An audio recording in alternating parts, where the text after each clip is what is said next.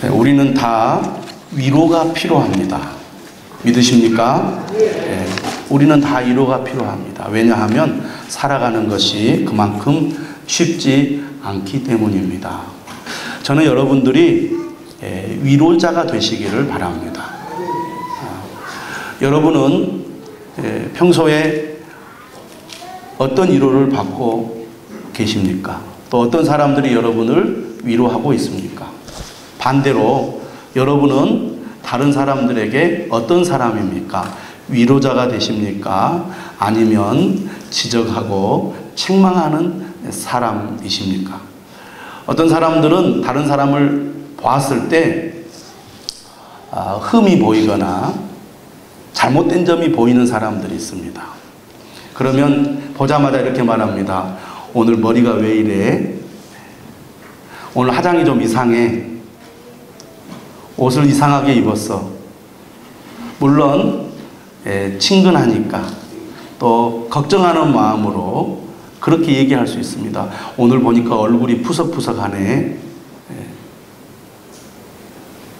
좀 지나치면 좀 속된 말로 찍는 소리를 잘하는 분들이 있습니다. 여러분은 어떤 사람입니까? 다른 사람을 향해서 위로하는 사람입니까? 아니면 다른 사람의 흠이나 잘못을 지적하는 그런 사람입니까? 전 여러분들이 모든 사람에게 또 누구에게나 위로하는 사람 되시기를 바랍니다. 저 사람은 나보다 더 나은데 염려하거나 걱정할 것이 없어 보이는데 왜 나는 이렇게 나만 힘들까? 이렇게 생각하는 분들이 있을지 모르겠습니다. 그런데 사람은 다 누구나 위로가 필요해요. 누구나 다 삶은 쉽지 않고 힘듭니다. 지난주 일어난 여러 가지 사건들 중에 사장 부인이, 그것도 50대 중반에 사장 부인이 한강에서 투신하여 자살한 사건이 보도가 되었습니다. 아마 다 들어보았을 겁니다. 50대 중반에 사장 부인이 얼마나 성공한 삶입니까? 분위기 있는 곳에서 차를 마시면서 멋진 옷을 입고 멋진 차를 타고 다니면서 인생을 즐겁게 보낼 수 있는 나이잖아요. 애들도 많이 컸겠고. 그런데 그런 분이 자살을 했단 말이죠. 그런 걸 생각해 보면 겉으로 보기에는 삶이 화려해 보이고 안정돼 보이고 평안해 보이는 것 같아도 사람의 삶을 다 들여다보면 누구나 힘든 점들이 있고 고통이 있다는 겁니다. 다 위로가 필요하다는 것이죠. 저는 그렇기 때문에 여러분들이 누구에게든지 위로자가 될 수 있기를 바랍니다. 얼마나 수고가 많으셨습니까? 옆에 계신 분들과 한번 인사해 볼까요? 한 주간 얼마나 수고가 많으셨습니까? 힘내십시오.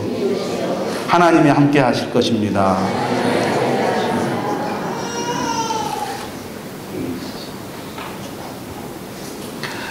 여러분들이 누구든지 어떤 사람을 만나든지 그 사람을 위로하는 사람이 되어야 되겠다라고 생각을 하면 하나님께서 여러분을 위로자로 쓰실 것입니다.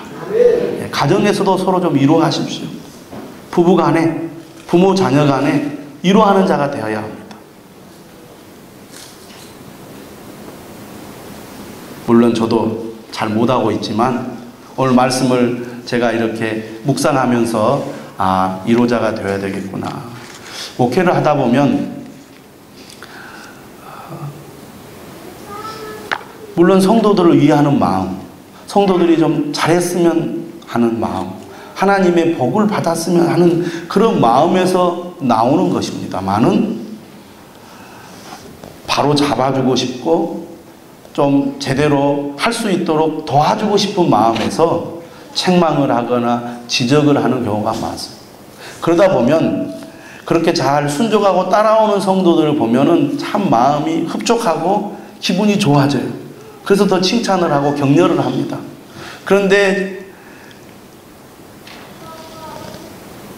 잘 따라주지 않고 변화가 되지 않고 믿음이 잘 잘하지 못하면 안타까운 마음에 그러지 말라고, 왜 그렇게 하느냐고 그렇게 지적하고 책망하는 경우가 많아요.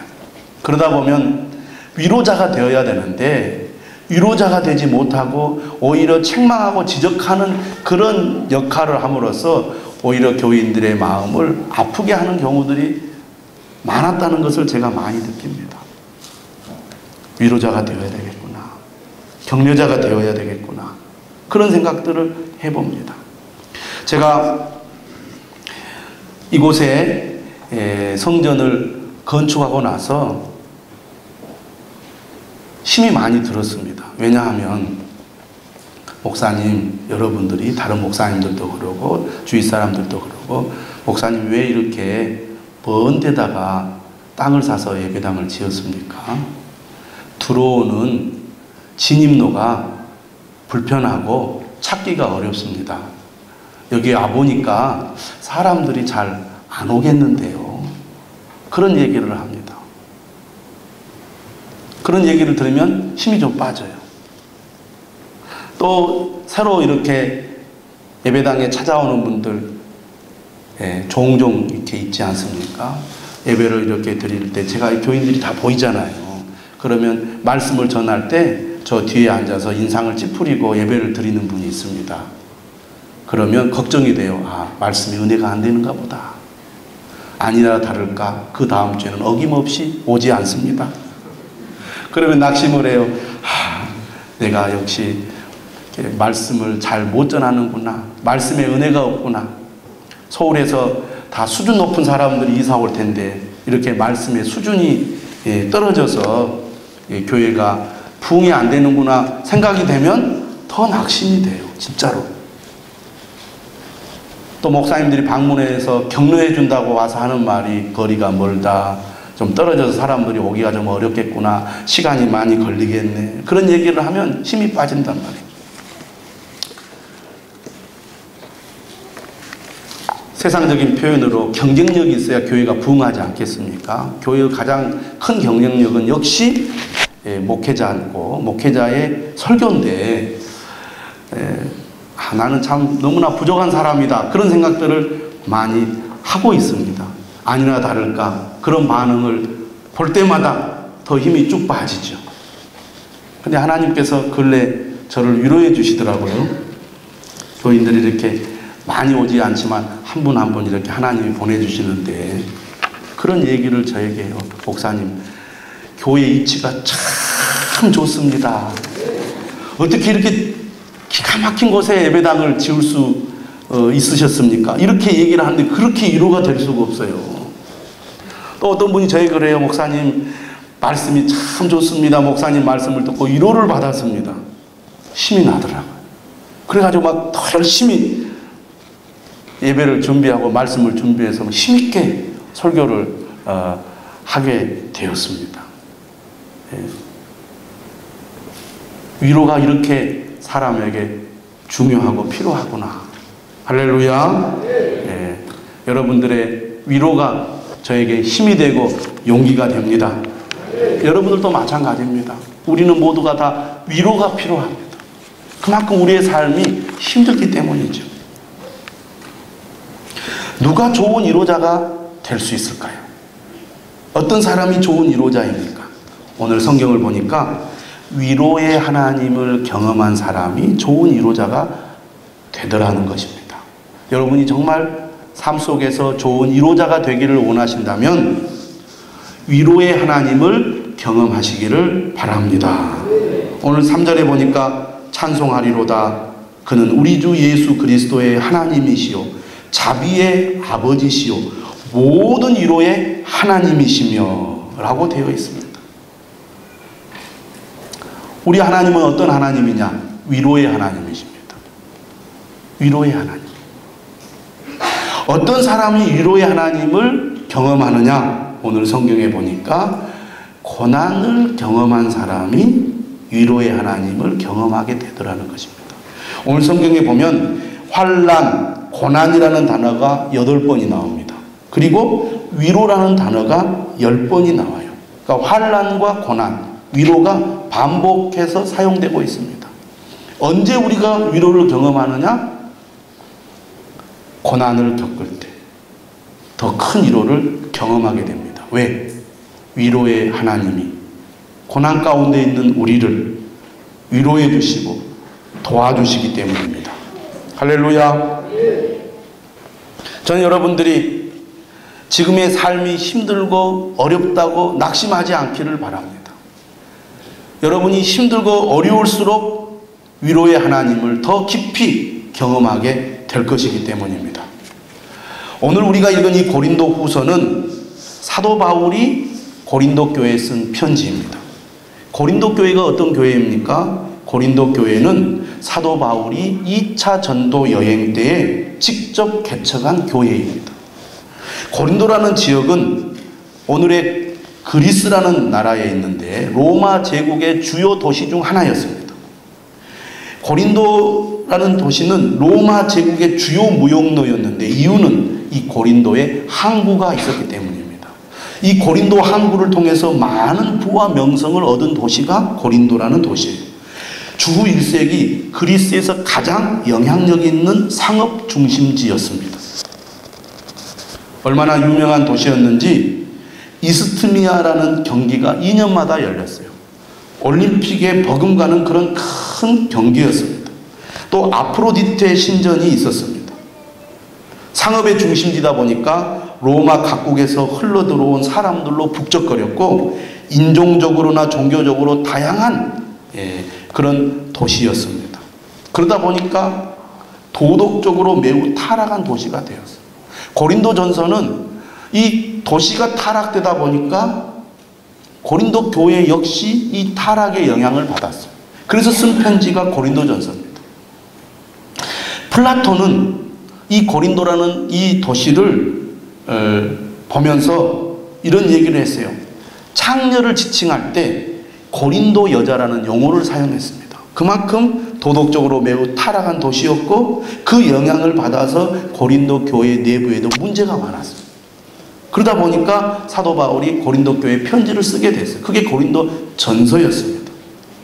그런데 이 고린도 후서는 또 다른 문제가 있었기 때문에 쓴 편지입니다. 여러분, 사도 바울은 지역을 돌아다니면서 복음을 전하고 또 지도자를 세우고 또 장소를 옮겨서 복음을 전하고 지도자를 세웠습니다. 순회 전도자였어요. 그런데 고린도 교회에는 1년 6개월이나 머물렀습니다. 그만큼 애정을 가지고 사도 바울이 개척한 교회가 고린도 교회입니다.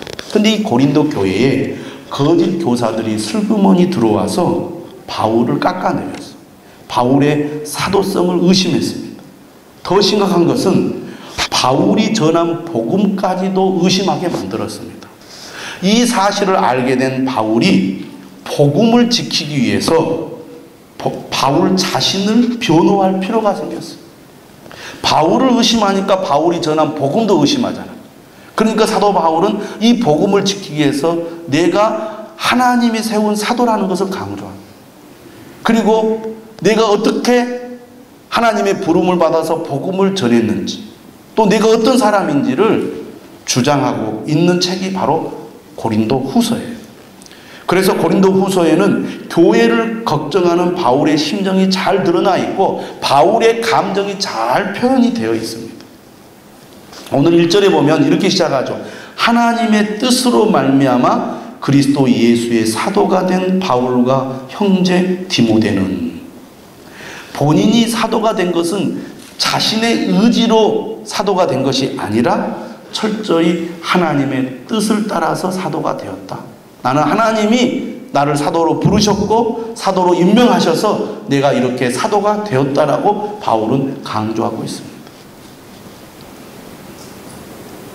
그러면서 사도 바울은 자신이 이 하나님의 뜻을 따라 사도가 된 이후에 복음을 전하다가 많은 고난을 겪었다. 수없이 많은 고난을 겪었는데 하나님이 그때마다 나를 위로해 주셨다. 여러분도 지금 고난 가운데 있지만 나를 보고 위로를 받기를 바랍니다. 하나님이 나를 위로해 주셨듯이 여러분들도 위로해 주실 것입니다. 그런 의미로 오늘 이 1장 3절 이하에서 사도 바울은 위로자 하나님, 그리고 우리를 위로하시는 하나님과, 그리고 사도 바울의 그 고난을 통한 위로를 오늘 본문을 통해서 이야기하고 있습니다.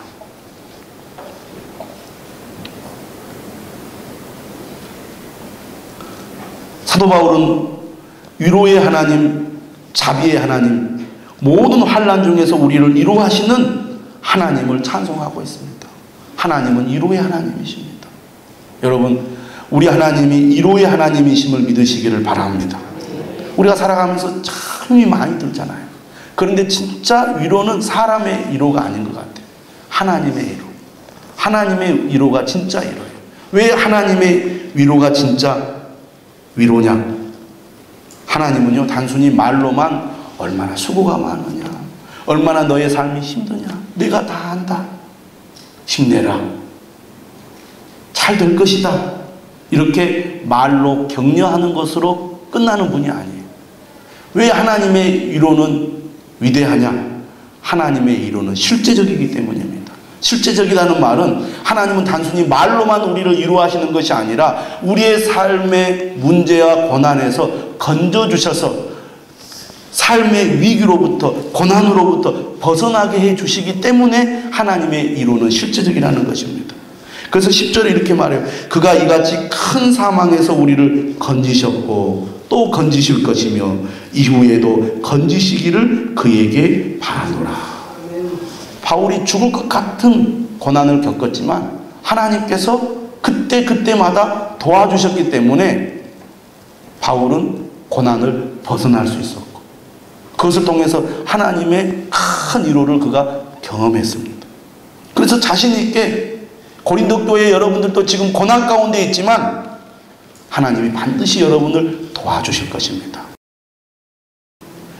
그것을 통해서 여러분은 위로의 하나님을 경험하게 될 것입니다 라고 말씀하고 있습니다. 여러분, 우리가 고난을 겪는 가운데 하나님의 위로를 경험하게 되는데 어떻게 고난 가운데 있을 때 하나님의 위로를 경험하게 될까요? 오늘 말씀 8절 9절을 한번 보시기 바랍니다. 8절 9절을 한번 같이 읽어볼까요? 다시 시작.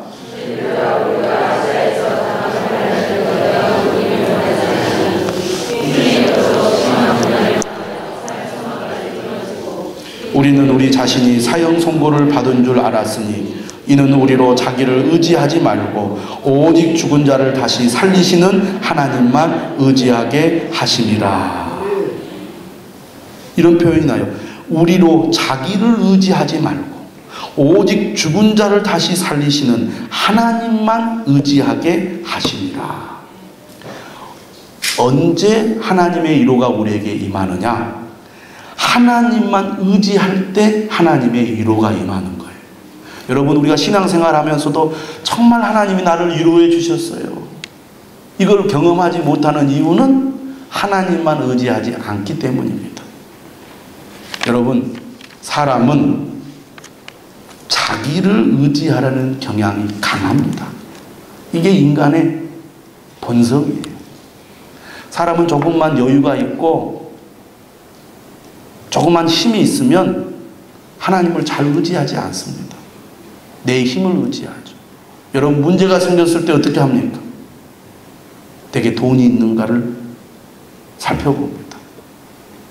돈이 있으면 위로가 돼요. 돈이 있으면 안정감이 생깁니다. 돈이 있으면 힘이 나요. 그래서 여러분, 혹시 통장에 돈이 한 푼이 없으면 매우 불안해할 것입니다. 그만큼 사람은 자기가 가진 것, 자기 힘을 의지해요. 문제가 생겼을 때 내게 돈이 있는가? 내가 끌어올 수 있는 돈이 있는가? 그리고 나를 도와줄 사람이 있는가를 생각하죠. 그래서 나를 도와줄 사람이 있다, 내가 끌어올 수 있는 돈이 있다, 그리고 내가 가지고 있는 돈이 있다, 그러면 어느 정도 사람은 안심을 하게 돼요. 그래서 문제 해결의 방법을 찾습니다. 그래서 문제를 해결해 나가요. 그 경험이 축적이 되면서 우리는 어떤 생각을 합니까? 어려움에 대비해서 돈을 모읍니다. 또 어려운 일이 생길 때 내가 도움을 받기 위해서 좋은 인간관계를 맺습니다. 그래서 사람은 자기 힘으로 문제를 해결하고 자기 힘으로 고난을 극복해 가려고 한다는 것입니다. 그러니까 그런 생각 속에서 우리가 살다 보면 하나님을 잘 의지하지 않게 돼요. 그런데 진짜 하나님을 의지할 때는 언제냐? 내 힘으로 할 수 없다는 것을 깨달을 때 하나님을 의지하게 되어 있어요. 돈으로도 안 되고 사람의 도움으로도 안 될 때, 그때는 누구를 의지합니까? 하나님만을 의지하는 거죠. 하나님 살려주세요. 하나님 도와주세요. 방법이 없습니다. 길이 없습니다. 그때 하나님을 찾게 돼요. 그때 하나님께 매달리게 됩니다. 그때 하나님을 부르짖게 되어 있어요. 그런 그 경험을 통해서 하나님을 만나게 되죠. 위로해 주시는 하나님을 경험하게 됩니다. 그 경험이 있는 사람은 어려움을 겪을 때 어떻습니까? 위로의 하나님을 찾아요. 위로의 하나님을 찾으면 하나님은 정말 우리가 필요할 때 위로해 주세요. 하나님만이 나의 위로가 되신다는 것을 그때 깨닫게 되는 거예요. 그런데요, 내가 그런 은혜를 경험했어도 또 세상을 살다 보면 또 다른 어려움을 겪잖아요. 그때 우리가 하나님 안에 거하지 않고 세상에 나가 있으면 어떻습니까? 하나님, 그 위로의 하나님을 경험하지 못하고 다시 세상에서 방황하게 됩니다. 그래서 어려움을 겪어도 어떻게 합니까? 불평하고 원망하지 하나님을 잘 찾지를 않아요. 그러다 보면 위로의 하나님을 경험하기가 어렵습니다. 그런데 여러분, 하나님이 우리를 사랑하시면요, 완전히 바닥까지 내려가게 하세요. 네가 돈을 의지했느냐? 사람을 의지했느냐? 그게 안 된다는 것을 너가 알아라. 이렇게 하시려고 우리를 완전히 궁지로 모실 때가 있어요. 그럴 때 깨닫고 하나님을 찾고 의지하는 사람은 다시 위로의 하나님을 경험하게 됩니다. 오늘 사도 바울이 그런 경험을 하고 있어요. 8절에 뭐라고 되어 있습니까? 힘에 겹도록 심한 고난을 당하여 살 소망까지 끊어지고 우리는 우리 자신이 사형 선고를 받은 줄 알았으니 내 힘으로는 이제 더 이상 어떻게 할 수가 없는 그런 상황에 내몰리게 된 겁니다. 그때 바울이 어떻게 했습니까? 자기를 의지하지 않고 오직 죽은 자를 다시 살리시는 하나님만 의지하게 된 겁니다. 그 속에서 그는 위로를 경험하게 되는 거예요. 하나님만이 나의 진정한 위로자가 되십니다. 할렐루야. 여러분, 사무엘 하에 보면 다윗이 하나님의 큰 은혜를 경험하잖아요. 그래서 왕이 되지 않습니까? 그런데 환경이 나아지고 힘이 생기니까 하나님만 의지했던 다윗의 마음에 자기도 모르는 사이에 하나님을 의지하는 마음이 점점 줄어들기 시작해요. 그러다 보니까 어떻게 됩니까? 죄를 짓게 됩니다. 그래서 넘어지게 되죠. 그런데 하나님께서 다윗을 어떻게 몰아가시느냐 하면 다윗의 삶에 큰 고난을 주십니다. 그래서 그의 아들 압살롬이 반란을 일으켜서 왕에서 쫓겨나는 고난을 겪게 돼요. 여러분, 자기 아들에게 배반을 당해서 쫓겨날 때 얼마나 창피했겠습니까? 얼마나 수치스러웠겠어요. 얼마나 괴로웠겠습니까? 그런데다가 이스라엘 최고의 모사인 아히도벨이 압살롬의 편에 서게 됩니다. 이제 아히도벨까지 압살롬의 편에 서면 나는 다시는 예루살렘으로 돌아올 수 없겠구나. 그런 마음이 든 거예요. 그때 다윗이 어떻게 합니까? 하나님을 의지하죠. 하나님, 아히도벨의 모략을 무너지게 해주십시오. 내가 살 길은 하나님밖에 없는 거예요. 더 이상 내가 내 힘으로 살 수 있는 방법이 없다고 생각되니까 다윗이 하나님을 절대적으로 의지하게 되죠. 다윗은 고난을 통해서 다시 하나님을 찾게 되고 하나님의 은혜를 회복하게 되었습니다. 그렇기 때문에 하나님은 그러한 다윗을 다시 예루살렘으로 돌아오게 하셨고 왕이 될 수 있게 하셨던 것입니다. 위로의 하나님, 우리를 그 고난에서 건져주시는 하나님, 그 하나님을 다윗은 체험하게 된 것입니다. 오늘 바울도 그런 고난을 겪었어요. 고린도후서 11장에 보면 얼마나 바울이 많은 어려움을 겪었는지를 잘 얘기해 주고 있어요. 바울이 이렇게 개인적인 얘기를 자세하게 한 적이 별로 없어요. 근데 고린도후서 11장 23절 이하에 보면 바울이 이렇게 얘기하냐. 내가 수고를 넘치도록 하고 옥에 갇히기도 더 많이 하고 매도 수없이 맞고 여러 번 죽을 뻔하였으니 유대인들에게 40에서 하나 감한 매를 5번 맞았으며 3번 태장으로 맞고 1번 돌로 맞고 3번 파선하고 일주야를 깊은 바다에서 지냈으며 여러 번 여행하면서 강의 위험과 강도의 위험과 동족의 위험과 이방인의 위험과 시내의 위험과 광야의 위험과 바다의 위험과 거짓 형제 중에 위험을 당하고 또 수고하며 애쓰고 여러 번 자지 못하고 줄이며 목마르고 여러 번 굶고 춥고 헐벗었노라. 여러분, 사람이 고난도 한두 번 당해야 참지 이렇게 계속해서 심한 고난을 당하면 보통 사람 같으면 다 뒤로 넘어졌을 거죠. 하나님 더 이상 못하겠어요. 고난도 한두 번이지. 이렇게 계속해서 나에게 고난을 주시는 이유가 뭡니까 하고 다 뒤로 자빠지지 않았겠습니까? 그런데 바울은 끝까지 고난을 견딜 수 있었어요. 왜? 그때마다 하나님의 위로가 있었거든요. 하나님의 위로가 없으면 고난을 견디기가 어려운 거예요. 근데 고난 속에서 하나님을 붙들었더니 위로의 하나님이 나타나셔서 바울을 위로해 주시는 거예요. 그 고난에서 건져주시는 거예요. 그러니까 바울이 힘을 낸 겁니다. 오늘 본문에도 뭐라고 되어 있느냐? 6절 끝에 이런 표현이 나왔어요. 이 위로가 너희 속에 역사하여 우리가 받는 것 같은 고난을 너희도 견디게 하느니라. 위로는 고난을 견디게 합니다. 따라서 할까요? 위로는 고난을 견디게 한다. 왜 많은 사람들이 고난 가운데서 넘어져 버립니까? 포기합니까? 하나님의 위로를 경험하지 못하기 때문입니다. 그런데요, 심한 고난을 당해도 위로의 하나님을 경험한 사람은 그 고난을 견뎌내요. 그래서 또 고난을 당해도 나에게는 위로의 하나님이 있으니까 또 고난을 겪지만 반드시 위로의 하나님이 도와주실 것이다. 그 확신이 있으니까 고난을 두려워하지 않게 되는 거예요. 그래서 10절에 뭐라고 말하느냐면 그가 이같이 큰 사망에서 우리를 건지셨고 위로해 주셨다는 얘기죠. 또 건지실 것이며 이후에도 건지시기를 그에게 바라노라. 이 말은 무슨 말입니까? 우리의 삶이라는 것이 한 번 고난이 끝난다고 그 이후로 고난이 없는 게 아니라는 거죠. 고난은 계속해서 찾아옵니다. 그게 우리의 인생이에요. 그런데 과거에 고난에서 건져주셨던 하나님이 앞으로도 고난에서 건져주실 것이고 이후에도 계속해서 고난에서 건져주실 것이다.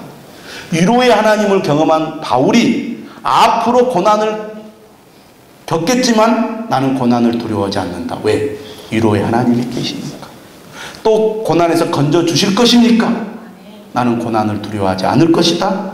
고난에 기꺼이 맞설 것이다. 왜? 위로의 하나님이 계시니까. 하나님이 반드시 위로해 주실 것입니까? 나는 두려워하지 않는다. 그러니 여러분도 두려워하지 마십시오 라고 얘기하는 거예요. 이렇게 모든 환난 중에 있을 때 하나님의 위로를 경험한 다윗이 바울이 무슨 은혜를 체험했느냐? 하나님이 왜 내게 고난을 주셨고 이 고난 가운데서 나를 위로해 주셨을까? 단순히 나 혼자 위로받고 말라고 나에게 고난을 주시고 위로를 주신 것이 아니라 고난과 위로를 통해서 다른 사람들을 위로하게 하려고, 위로하는 사람이 되게 하려고 나에게 고난도 주시고 위로도 하시는구나 라는 것을 바울은 깨달았어요. 여러분, 그래서 교회가 얼마나 중요한지 모릅니다. 공동체가 얼마나 중요한지 몰라요.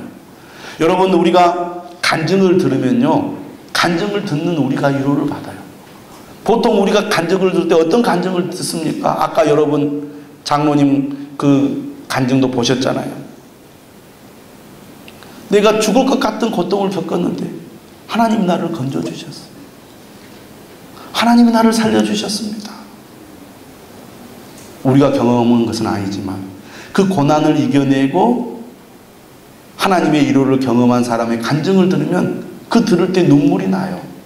눈물이 난다는 것은 내가 위로를 받는다는 말입니다. 내가 직접 경험한 것은 아니지만 상대방이 하나님의 도우심을 받은 것을 내가 들었을 때 위로를 받아요. 그리고 용기를 갖게 됩니다. 내 삶에도 어려움이 있지만 저분이 경험한 하나님, 저분이 경험한 위로의 하나님을 나도 경험할 수 있겠구나. 하나님 나도 도와주세요. 나도 위로해 주세요. 나도 위로의 하나님을 만나고 싶습니다. 라는 믿음이 생기게 되는 거예요. 그래서 오늘 4절에 뭐라고 말하느냐? 우리의 모든 환난 중에서 우리를 위로하사 우리로 하여금 하나님께 받는 위로로서 모든 환난 중에 있는 자들을 능히 위로하게 하시는 이시로다. 여러분, 여러분의 삶이 고난 가운데 있습니까? 위로의 하나님을 경험하시기를 바랍니다. 그런 여러분들 통해서 다른 사람들이 위로를 받게 될 것입니다. 그래서 5절에 이렇게 말해요. 그리스도의 고난이 우리에게 넘친 것 같이 우리가 받는 위로도 그리스도로 말미암아 넘치는도다. 왜 그리스도의 고난이라고 표현했을까요? 바울이 직접 바울이 겪는 고난을 왜 그리스도의 고난이라고 했을까요? 여러분, 사도 바울이 예수님을 핍박하러 다메섹에 갈 때 예수님을 만나지 않습니까? 그때 예수님께서 바울에게 나타나서 이렇게 말합니다. 사울아 사울아 어찌하여 나를 핍박하느냐, 어찌하여 나를 박해하느냐, 이렇게 말합니다. 그래서 바울이 듣고 주여 니시오니까 라고 묻잖아요. 그때 예수님이 하신 말씀이 나는 네가 박해하는 예수라, 이렇게 말합니다. 박해하는 예수. 사실 바울은 예수님을 박해한 것이 아니라 예수님을 믿는 사람들을 박해했습니다. 예수님을 믿는 사람들을 박해했는데 예수님은 예수님을 믿는 사람들이 겪고 있는 고난을 예수님 자신의 고난으로 여기셨다고 말합니다. 여러분, 우리가 고난을 당할 때 주님은 주님 자신의 고난으로 여기시고 그 고난 가운데 함께 하신다는 것을 믿으시기를 바랍니다. 바울은 그것을 깨달았어요. 내가 주님을 위해서 고난을 겪고 있을 때, 내가 믿음으로 살아갈 때 고난을 겪고 있을 때 나만 고난을 겪는 게 아니라 주님이 주님 자신의 고난으로 여기시고 우리의 고난 가운데 함께 하시는구나. 그것을 우리가 깨달아야 될 줄로 믿습니다. 그래서 그리스도의 고난이 우리에게 넘친 것 같이 우리가 받는 위로도 그리스도로 말미암아 넘치는도다. 고난이 클수록 위로도 더 크다는 거예요. 왜 하나님 나만 이렇게 큰 어려움을 겪어야 합니까? 왜 나만 이렇게 큰 고난을 겪어야만 합니까? 여러분, 그렇게 생각하실지 모르겠지만 하나님이 여러분을 사랑하셔서 더 큰 위로를 주시려고 어떻게 보면 남들보다 더 큰 고난을 겪게 하시는지 모릅니다. 그러므로 여러분, 고난을 겪을 때 바울이 하나님만을 의지했던 것처럼 사람을 의지하고 세상을 의지하고 물질을 의지하는 게 아니라 하나님만 더욱 의지할 수 있는 여러분 되시기를 바랍니다. 여러분, 고난 가운데 있는 사람은요, 예배 드리는 자세가 달라요. 찬송하는 마음가짐이 다릅니다. 고난 가운데 있을 때는 정말 간절한 마음으로 찬송을 해요. 기도할 때도 고난 가운데 있는 사람들이 하는 기도가 달라요. 하나님 도와주십시오. 하나님 살려주십시오. 하나님밖에 나에게는 희망이 없습니다. 소망이 없습니다. 그렇게 하나님께 매달려 찬송하고 매달려 기도하고 매달려 예배를 드려요. 그리고 말씀 속에서 하나님의 음성을 듣고자 정말 귀 기울여 듣습니다. 그러다 보니까 하나님의 은혜가 깊이 임하고 하나님의 위로가 깊이 임하는 거예요. 여러분, 우리가 고난 가운데 있습니까? 반드시 하나님께서 위로해 주심을 믿으시기를 바랍니다. 여러분의 삶이 힘이 듭니까? 위로의 하나님을 붙드십시오. 하나님 나를 도와주세요. 하나님 나를 살려주세요. 하나님 나를 이 고난에서 건져주세요. 붙들고 하나님 앞에 엎드릴 때마다 하나님께서 위로해 주실 줄로 믿습니다. 주님 앞에 나올 때마다 이 위로의 하나님을 경험하시기 바랍니다. 예배 가운데, 찬송 가운데, 기도 가운데, 말씀 가운데 우리를 위로하시는 하나님을 여러분이 경험할 때 여러분의 삶은 달라질 줄로 믿습니다. 오늘 11절 이렇게 말합니다. 너희도 우리를 위하여 간구함으로 도우라. 간구함으로 도우라. 여러분, 고통 가운데 있는 사도 바울을 위해 고린도 교회를 향하여 기도해 달라고 요청을 하고 있습니다. 여러분, 우리 가운데 더 힘들게 고통 가운데 있는 성도들이 있습니다. 그런 성도들을 여러분 외면하면 안 됩니다. 그들을 위해서 여러분 정말 간절한 마음으로 기도해 주십시오. 가장 큰 위로는 하나님을 만나는 것입니다. 하나님을 경험하는 것입니다. 자신이 정말 하나님을 찾고 하나님을 붙잡고 하나님께 매달리는 것도 중요하지만 옆에 있는 성도들이 한마음이 되어서 고통 가운데 있는 성도들을 위해 기도할 때 하나님의 이루하심을 더 크게 경험하게 될 것입니다. 오늘 11절에도 그러잖아. 이는 우리가 많은 사람의 기도로 얻은 은사로 말미암아 많은 사람이 우리를 위하여 감사하게 하려 함이라.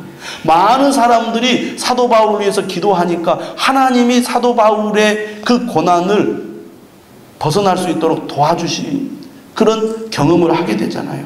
아, 우리가 기도했더니 하나님께서 사도 바울을 고난에서 건져주셨습니다. 하나님 감사합니다. 우리의 기도를 들어주시고 사도 바울이 고난에서 벗어날 수 있게 해주셔서 감사합니다. 이렇게 기도하더라고 말입니다. 여러분, 우리가 고난 가운데 있는 성도들 위해서 한마음으로 기도하면 우리의 기도를 들으시고 하나님께서 그 성도를 고통 가운데서 벗어날 수 있도록 도와주실 것입니다. 그때 하나님의 위로를 경험하게 되는 거거든요. 사랑하는 여러분, 우리는 다 위로가 필요합니다. 그러므로 우리는 위로의 하나님을 경험해야 합니다. 우리가 하나님만 의지할 때 위로의 하나님을 경험하게 될 것입니다. 우리가 고통 가운데 있는 성도들을 위해서 중보할 때, 그들을 위해서 간절한 마음으로 기도할 때 위로의 하나님을 경험하게 될 줄로 믿습니다. 다 같이